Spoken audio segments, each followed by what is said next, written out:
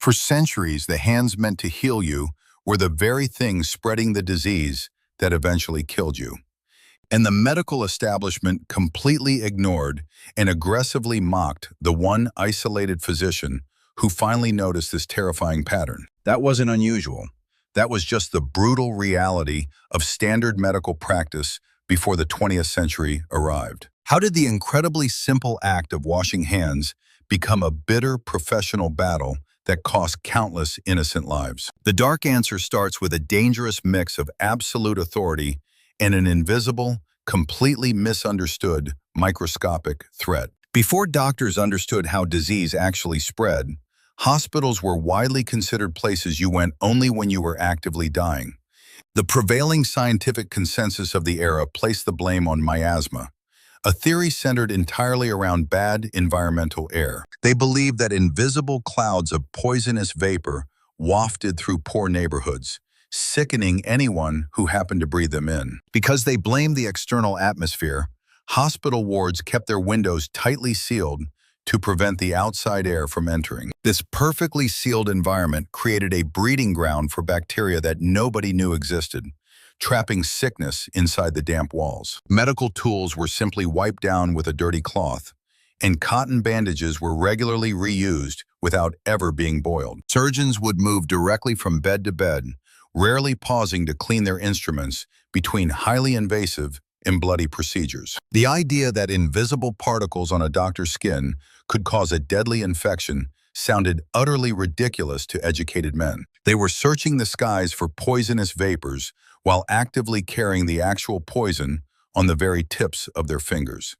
But this deadly ignorance was heavily compounded by a rigid social hierarchy that valued status over basic physical cleanliness. In the 19th century, personal hygiene was viewed mostly as an issue of social class rather than a public health necessity. Heavy manual laborers washed their hands frequently precisely because they were visibly covered in the dirt and grime of industry. This is where the story takes a turn nobody sees coming, driven entirely by the ego of the medical elite. Gentlemen did not do manual labor, and therefore a true gentleman's hands were considered inherently clean by strict social definition. Doctors were upper-class academics, and they genuinely believed that their elevated status made them completely incapable of spreading any disease. Entering a crowded surgical theater or a maternity ward, a senior physician would proudly wear a stiff, dark frock coat. That specific coat was rarely washed. By some accounts, older coats were so encrusted with dried blood they could stand upright. This horrifying garment wasn't seen as a health hazard. It was openly worn as a highly respected badge of surgical experience. A surgeon's heavily stained coat proved to his peers and his young students that he was a busy, highly successful veteran. Asking an esteemed professor of medicine to wash his hands was deeply insulting to his honor and his powerful social standing. It implied that he was physically dirty, effectively placing him on the exact same lowly level as a common street sweeper. Some physicians even argued that washing their hands would remove the natural, protective oils that kept a gentleman's skin soft. This deadly combination of bad science and aristocratic pride set the stage for one of history's quietest, ongoing medical massacres. The victims were mostly young, healthy women, entering the hospital system for what should have been a standard, joyous occasion. But solving one problem quietly created a far stranger one, shifting the focus to a massive medical facility in Central Europe. In the 1840s, the Vienna General Hospital operated one of the largest and most technologically advanced maternity wards anywhere. It was heavily subsidized to serve the city's poor, but the working women of Vienna were utterly terrified of its doors. A devastating illness known simply as childbed fever was sweeping through the crowded wards, killing mothers within days of giving birth. The mysterious fever would strike suddenly with agonizing abdominal pain, followed rapidly by a soaring temperature and a highly painful death. Nobody knew exactly what caused the sickness, but the terrifying reality was that the advanced hospital was far deadlier than the streets. The hospital's massive maternity division was actually split into two entirely separate clinics operating side by side in the very same building. The first clinic was heavily staffed by elite male doctors and medical students actively learning the complex trade of modern obstetrics. The second clinic was staffed entirely by female midwives who managed the thousands of deliveries without the intervention of academic physicians. This stark division created a natural, highly disturbing social experiment that would soon expose a horrifying truth about the medical establishment. Expectant mothers quickly realized that being assigned to the first clinic was effectively a death sentence, and sheer panic began to spread. Records suggest the mortality rate in the doctor's clinic hovered around an astonishing 18% during the absolute worst months.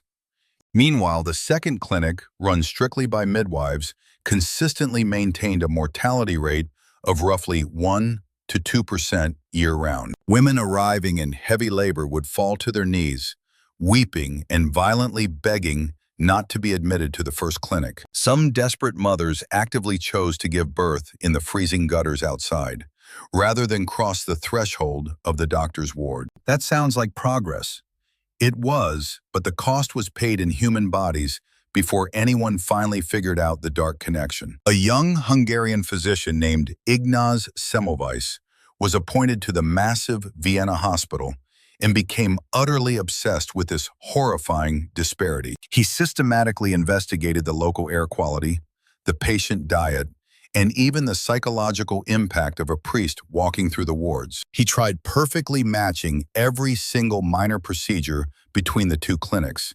Yet the poor women in the first clinic continued to die. The answer was hiding in plain sight, directly linked to the daily educational schedule of the medical students and their senior professors. Unlike the working-class midwives, the academic doctors began their morning routines down in the hospital morgue, deeply involved in human anatomy. They spent hours performing detailed autopsies on the cold bodies of the very women who had died from the fever the previous day.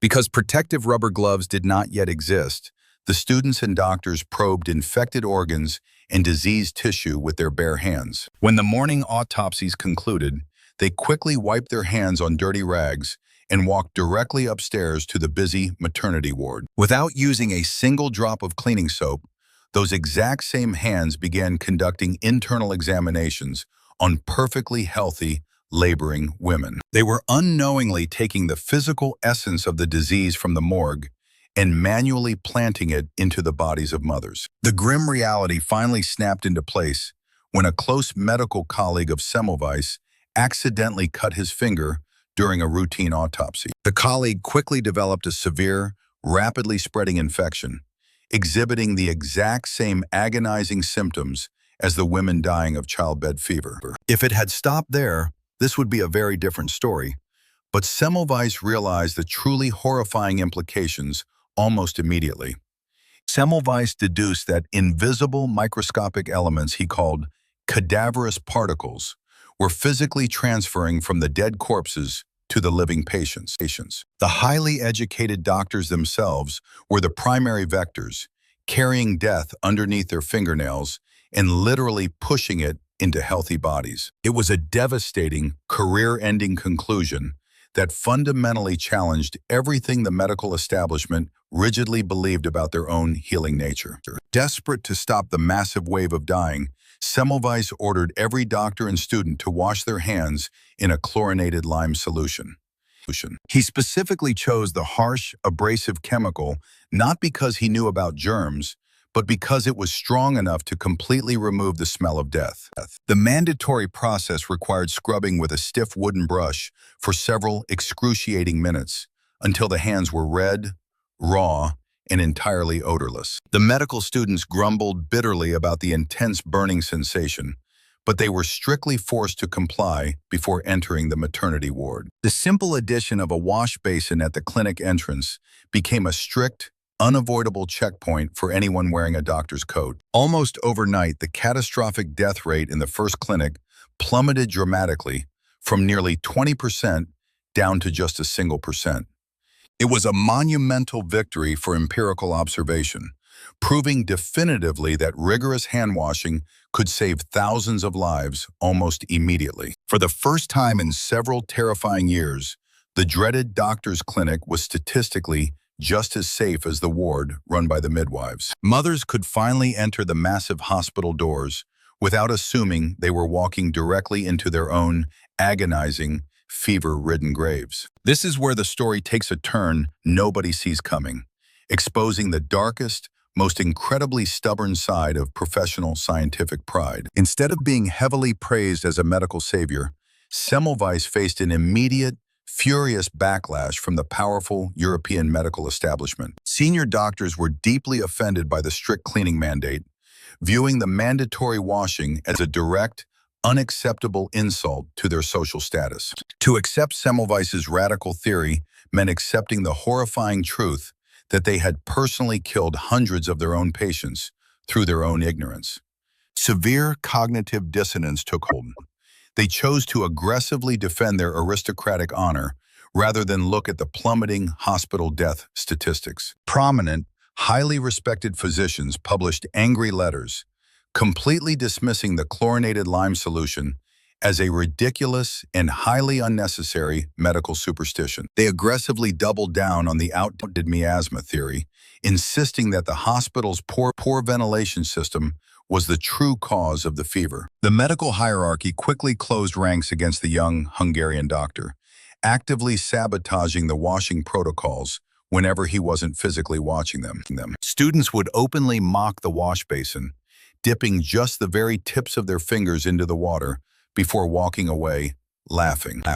The resistance was not based on actual science, but entirely on the incredibly fragile egos of wealthy men who utterly refused to be corrected. They argued that a doctor's intent to heal, and therefore a doctor's touch could not possibly be the source of a fatal infection. That was only round one of a bitter, decades-long feud that would ultimately destroy the very man who had discovered the simple cure. Semmelweis was systematically pushed out of his position at the Vienna General Hospital, his authority stripped away by older, more connected physicians.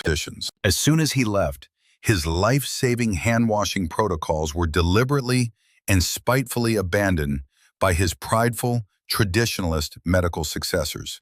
The maternal death rates inside the clinic immediately spiked back up to their horrifying previous levels. But the medical elite simply looked the other way.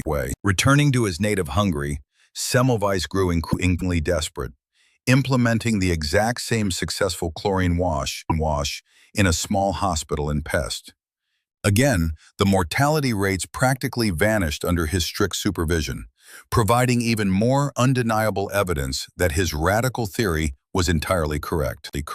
Yet the wider medical community continued to actively ignore his findings, refusing to publish his data or adapt their own deadly surgical practices. Frustration slowly morphed into an overwhelming, consuming rage as Semmelweis watched thousands of women continue to die completely preventable, agonizing deaths. He began writing furious, highly unhinged, open letters to Europe's leading obstetricians, publicly calling them absolute murderers and reckless medical assassins. His intense obsession with the invisible, cadaverous particles consumed him entirely, alienating his closest friends and rapidly destroying his professional reputation across the continent. He would stop ordinary citizens on the streets of Budapest, desperately trying to explain the critical importance of washing hands before delivering a baby. The brilliant doctor who had single-handedly solved one of the era's greatest medical mysteries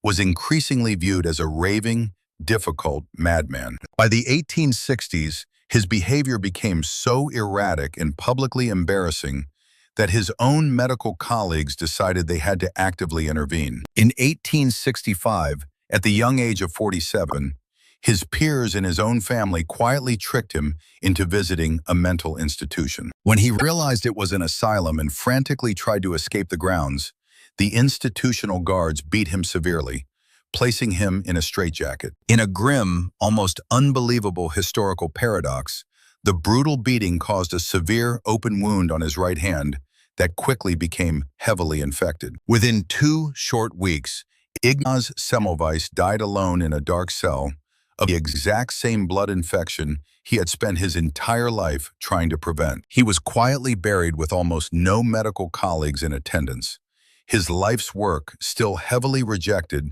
by the mainstream scientific establishment. It would take several more bloody decades before the wider medical world finally caught up to the tragic, isolated brilliance of his original observation. In the late 1860s, the brilliant French chemist Louis Pasteur began publishing his groundbreaking work proving the actual physical existence of microscopic germs. Pasteur demonstrated definitively that invisible microorganisms were spreading through the environment, finally destroying the ancient, deeply flawed theory of miasma in bad air. Shortly after, a British surgeon named Joseph Lister read Pasteur's complex work and realized that these invisible germs were causing surgical wounds to rapidly rot. Lister began aggressively applying strong carbolic acid to completely sterilize his surgical instruments, his bandages, and the physical wounds of his patients. The invisible particles that Semmelweis had so desperately tried to scrub away with chlorine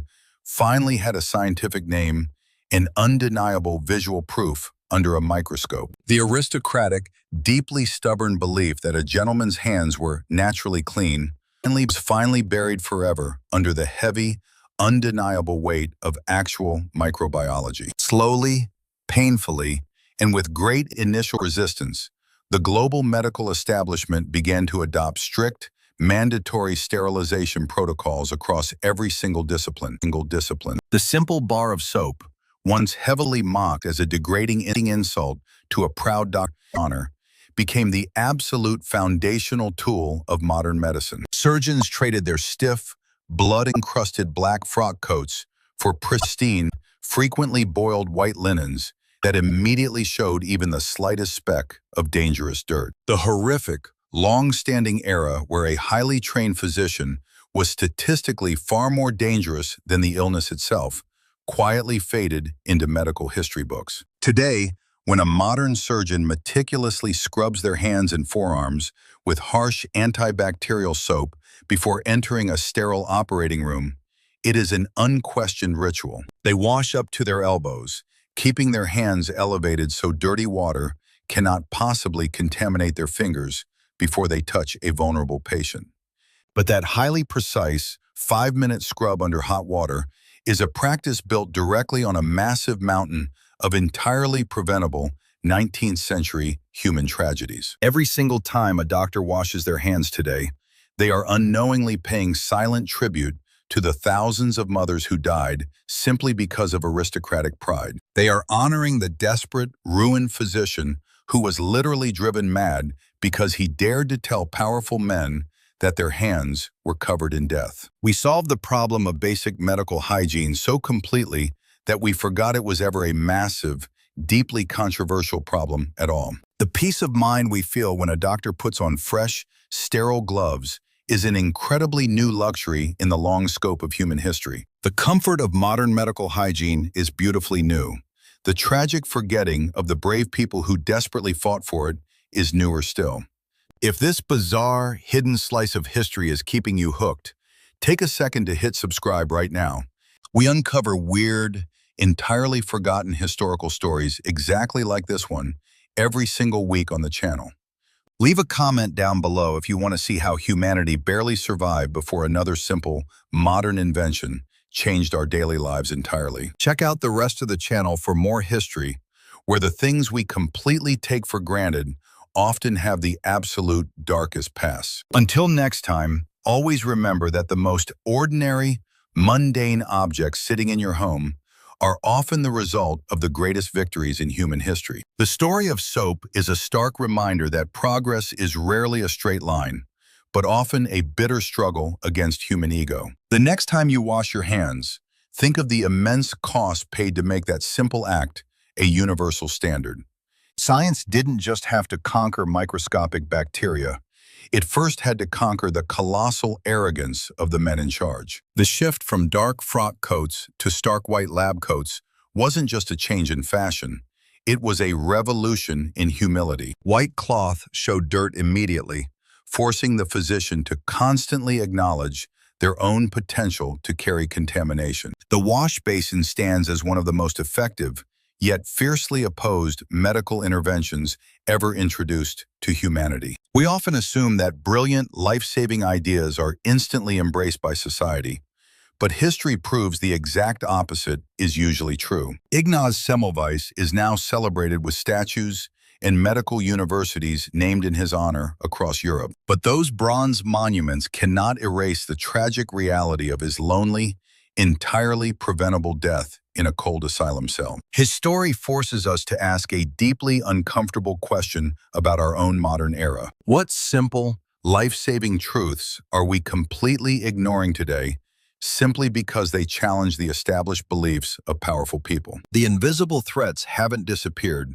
Only our weapons and our willingness to wash our hands have improved. It took a mountain of unnecessary grief to prove that the simplest solution is often the most profound. So the next time you stand at a sink, remember the weight of the water running over your hands. That water is washing away a history of ignorance, pride, and an unimaginable amount of suffering. History isn't just dates and kings.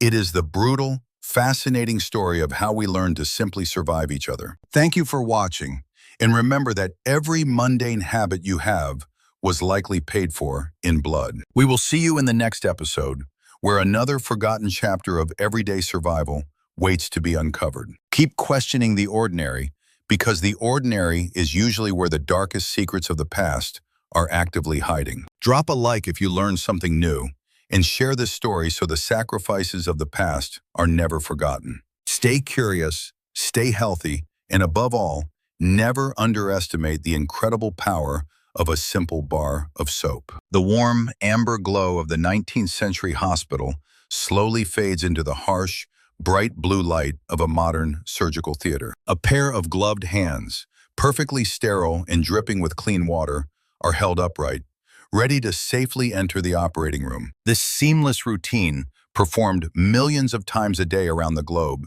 is the ultimate quiet victory over the arrogance of the past. The technology changed. The deadly nature of bacteria didn't. The only difference is that we finally chose to respect the invisible. We leave you with this final thought. The greatest medical breakthroughs often look like common sense only after the battle is already won. Click the video on your screen right now for another dive into the weird, hidden history of how we survived the past.